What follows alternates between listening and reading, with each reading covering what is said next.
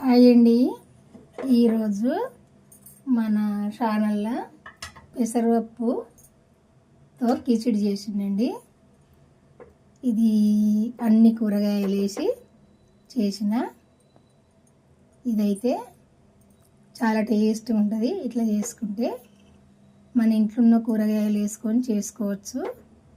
దీన్ని టమాటో కర్రీలా తోటైనా, వంకాయ ఆలు కర్రీతో అయినా, సాంబార్తో అయినా తినచ్చు. చాలా టేస్ట్గా ఉంటుంది. ఇది ఇట్లా చేసుకుంటే ఇదైతే మన ఛానల్లో పెడతా చూడండి. మన ఛానల్కి వెళ్ళి వీడియో చివరి దాకా చూడండి. చూసినప్పుడే నేను ఎట్లా చేసినో తెలుస్తుంది మీకు. ఈ పెసరపప్పు కిచిడి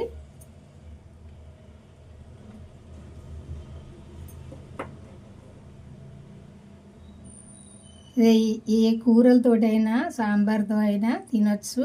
కొంచెం నెయ్యి వేసుకొని అట్టిదైనా తినచ్చు.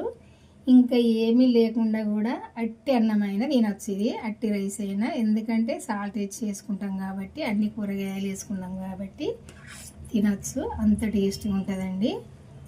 ఇదైతే